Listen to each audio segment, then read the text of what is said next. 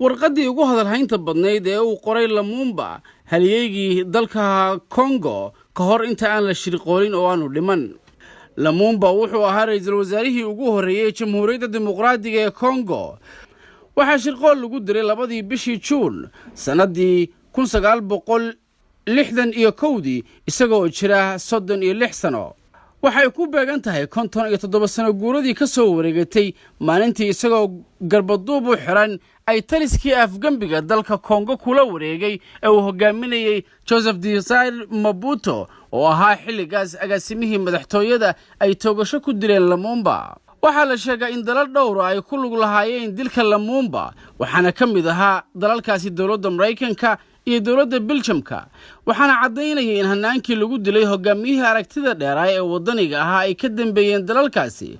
warqado uu qoray Lumumba oo uu ku dalbanayay in dhibaatooyinka danaysiga ku dhisan laga dulqaado wadankiisa Congo ayna khayraadkooda u madax bannaanaadaan isagoo farta ku fiiqaya wadamo dhowr ah oo kaalin weyn ku lahaa caburinta indheergaradka iyo madaxda reer Congo. Lumumba waxa uu geed dheer iyo geed gaabanba u fuulay sidii uga hortagi lahaa gumaystigii xilligaas dalkiisa haystay isagoo xiriir la yeeshay Soviyetkii. sababtaas ayaana la rumaysan yahay inay tahay midda keentay inay shirqoolaan reer galbeedku. Lumumba waxa uu isbedel ku sameeyay wadankiisa isagoo xafiiska haya 3 bilood oo kaliya. waxa uu ooleyn jiray in Afrika ay israacdo ay si dhaba u xirowdo. nasiib darase waxa la toogtay isagoo garbaduub u xiran. waxaana shirqoolay isla muwaadiniin u dhashay dalka Congo. Lumumba intuu xabsiga ku jiray waxa uu qoray tiro warqad ah oo u diray siyaasiyiin iyo indheergarad reer Congo ahaa isagoo kala hadlayay xaaladda wadanku uu ku sugan yahay iyo in xorriyad taam loo helo dalkiisa sida ugu macquulsan. tani waa warqadii ugu hadalhaynta badnayd ee uu qoray Patrice Lumumba ka hor inta aan la shirqoolin oo aanu dhiman. waa mid ka mid ah warqadihii uu qoray oo uu diray xaaskiisii Pauline Lumumba sanadkii markuu ahaa 1960 ka hor inta aan la dilin. waxayna u qorayd sidan: geesiyadaydii aan jeclaayay, waxaan erayadan kuu soo qorayaa anigoo aan ogeyn inay ku soo gaari doonaan goorta ay ku soo gaari doonaan, inaad akhrin doonto marka ay ku soo gaaraan, iyo inaan noolaan doono kolka aad akhrinayso. intii aan u halgamayay xorriyadda wadankayga Congo ma hilmaami doono guulihii miro dhalka ahaa ee aan aniga iyo saaxiibaday gaaray kuwaas oo aad u qurxoonaa ilaa dhammaadkii. laakiinse ujeedkeennii ahaa in la helo wadan sharaf iyo karaamo leh, xor ah oo aan cidna faragelin ku hayn weli ma suurtagelin. waayo waxaa dhinacyadan haysta gumaysihii Belgiumka iyo xulafadiisa reer Yurub kuwaas oo si dadban iyo si toosaba noo curyaamiyey. waxay maalgeliyeen qaramada midoobay si ay noo kala dhantaalaan dhexdeennana ugu shaqaystaan. waan aaminay si xad dhaaf ah iyaguna wayna shirqooleen. waxay laaluusheen qaar inaga naga mid ah oo caado qaatayaal ah si ay danahooda u gaaraan, xorriyadeennana u hor istaagaan. maxaa kale oo aan dhihi karaa? waxaan kuu sheegayaa haddii aan dhinto ama aan noolahay ama aan xabsiga gumaystaha ku jiraba, macna iima laha noloshayda shakhsiga ah inta wadankayga la haysto.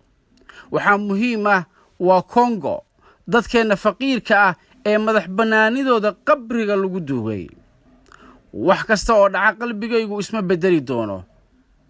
waxa aan aaminsanahay in shacabkaygu maalin ha dhawaato ama ha dheeraato ay ka takhalusi doonaan cadowgooda bannaanka ah iyo midka gudaha labadaba. ma nihin keligeen, waxaana la jira Afrika oo idil, Aasiya iyo dhammaan dadyowga xoroobe ee daafaha dunida ku nool.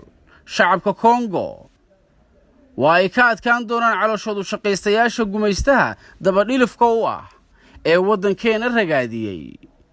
waan barwaaqoobi doonaa maalin aan dheerayn. waxa aan rabaa inaad carruurtayda u sheegto in Congo mustaqbal qurxoon yeelan doonto oo ay ka xoroobi doonto gumaysiga maskaxda iyo faragelinta. waxaad u sheegtaa in wadankoodu iyagoo sugayo oo ay u halgamaan iyagoo midaysan.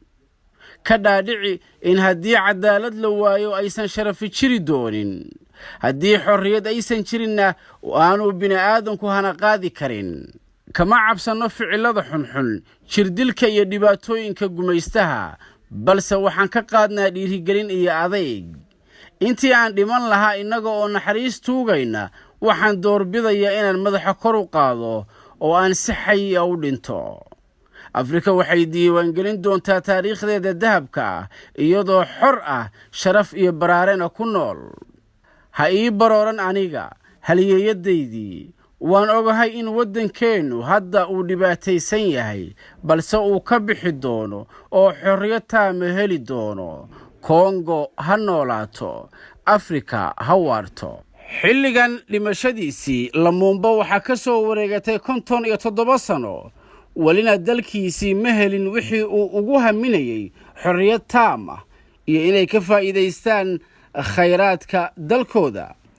waxaana hadda lagu naanaysaa kongo dalka ugu nasiibka daran dunida, waayo dalkaas waa waddanka adduunka ugu khayraadka badan, balse kama faa'iidaysan oo waddamo kale ayaa khayraadkooda ka faa'iidaystay, halka dadweynaha kongona ay faqri la liitaan. Combattants de l'indépendance, aujourd'hui victorieux, je vous salue au nom du gouvernement congolais. À vous tous, mes amis, qui avez lutté sans relâche à nos côtés, je vous demande de faire de ce 30 juillet 1960 dib u kulmayno waa Cabdirasaaq Jubbo idin leh nabadgelyo.